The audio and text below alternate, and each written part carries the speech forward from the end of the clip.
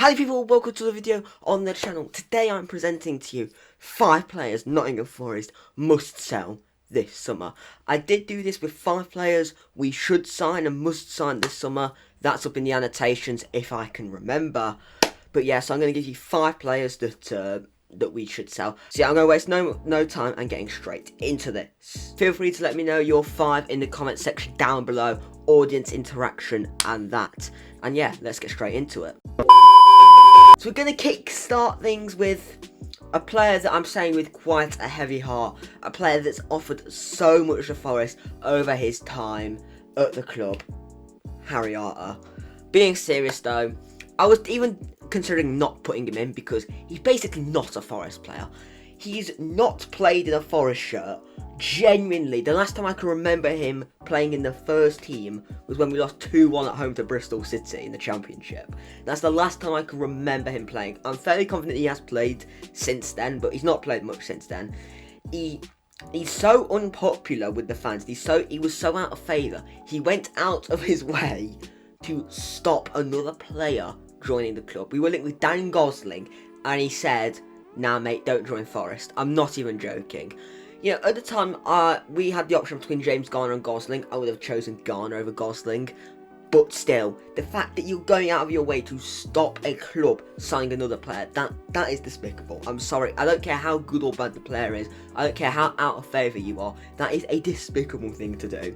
And I don't care how little fun you're having and how much you're hating your time. You just don't do that. You don't do that. That is stabbing your employer in the back, and yeah, I'm not even going to comment any further on that. It says a lot when he can barely get into the Notts County team, who, when he joined them on loan, they were in the National League. He could barely get into the Charlton team. In his day, he was a good standard midfielder for the Championship, but now he's League 1, League 2. Not even that, because he didn't even get into Notts' team. And that wasn't even the season just gone when they were really good. They were just in the playoffs, pushing for the playoffs, and they weren't at the high standard they were now, which says it all about how far Harrietta has fallen. Yeah, I don't think I need to comment any further on Harrietta. I don't think there's a single Forest player who seriously sees him as a player that should be in a Premier League squad. Next player, I know for an absolute fact they will not leave. However, I think they should. Chris Wood. Now, obviously, I have no animosity towards any of these players. I do want to make that very clear. I just think it's best for both parties if they depart, if that makes sense.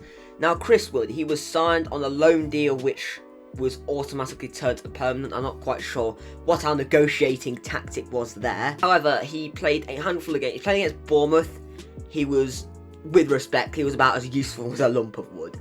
However, you can give him the benefit of the doubt there purely because he had one training session with the club prior to that game. I don't quite know. It's very unlike Steve Hooper to throw a player straight into the starting 11. It's something that he's never really done. You know, they'd normally be given a minimum of a week before being thrown in, which sort of shows that he must have been a Cooper signing, because we had Sam Surridge available, who was also a Cooper signing, who had been at the club much longer and who had multiple training sessions and multiple starts behind him. So I can't believe Newcastle runs us a 15 million really, but I think we should let him go. I don't quite think, just his style of play isn't quite for us, the way we want to play, and I don't quite think it is for the Premier League. He's a target man, and I think Everton would take him in a heartbeat because of Sean Dyche. But there's just not very many managers at the moment that play with a big target man. We don't. We play with a one who sort of drifts wide, but he's not necessarily a battering ram either. He's good if we get a penalty. You know, he can smack a penalty in. You know, he's good in terms of winning the ball in the air. He scored that tap in against Manchester City, which was a very good build-up play, but every single player that we had on the pitch, including Keylor Navas at that time, would have scored that tap in. So he was definitely a panic buy. If it was just a loan deal that just expired at the end of the season and he went back to Newcastle, then I would have been able to make peace with it. However, I just couldn't. It's the best for us if we just sell him. We won't though, because he's only just signed, but whenever we get rid of him, it is just the best for the club. And he rinsed Sam Surridge of a very good amount of starts. Sam Surridge had 1 Premier League start last season. Whatever you want to say about him, Sam Surridge deserved more minutes than what he got. In the cup games, he was fantastic. When he came off the bench, when he was given more than 32 seconds, he actually did something. He came off the bench, had about 15, 20 odd minutes against Bournemouth. He scored a crucial equaliser, which came down to be a very, very vital point in our season. And there's been very few games where I've thought, Surridge had a stinker. The Blackpool game in the cup, where the entire team was awful. And then when he missed that penalty against Wolves in the Carabao Cup, we also went on to win that Carabao Cup penalty shootout. So you can't hold it to anything than that. And then we got smoked in general against Blackpool. So you can't hold him to anything massively there. There's not been one poor league performance, and if he has had a poor performance, it's because he's been given less than 50 seconds off the bench. The next player, and I can say with utter chest that this player will be reciprocated throughout the entire Forest fan base the same as I am going to reciprocate him. Joe Shelby. I'm sure you're a lovely bloke, Joe. But please leave Forest. Please leave Forest. So, I'm just going to evaluate Joe Shelby's time at Forest since joining in January. He joined the club in January. I think it was on deadline day or just before deadline day. He came in and we thought, experienced midfielder, did very well at Newcastle. Hasn't played for a couple of years now, but experienced Premier League midfielder. He'll be alright. He's got a long shot on him. We don't really have that in the team at that point. Yeah, I think that'll be good. That'll be good. He comes in. I'm pretty sure his first game was against West Ham, and that was been his only half decent performance. We took him off and we crumbled. Like pretty much any away game, we just crumbled. And then we're like, okay, alright, it's awful that we've lost by this goal margin, but Joe Shelby could be a decent player.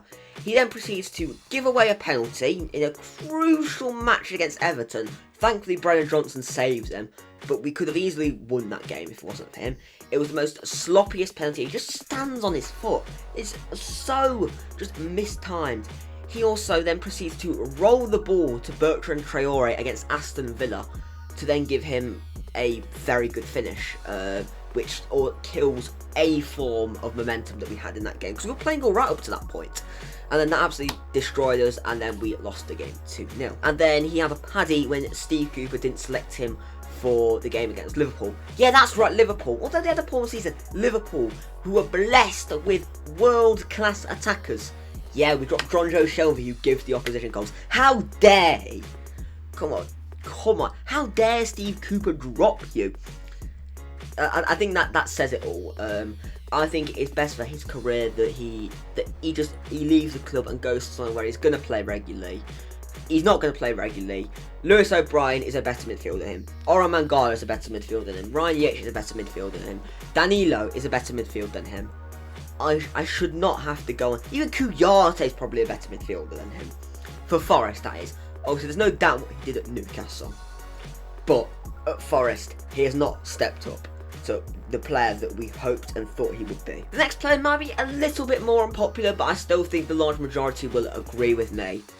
Remo Freuler. Now, he's a Swiss international. He joined from Atalanta for the best part of 10 million quid. He came in the first half of the season. He was alright. I'll probably give him like a 6-7 out of 10.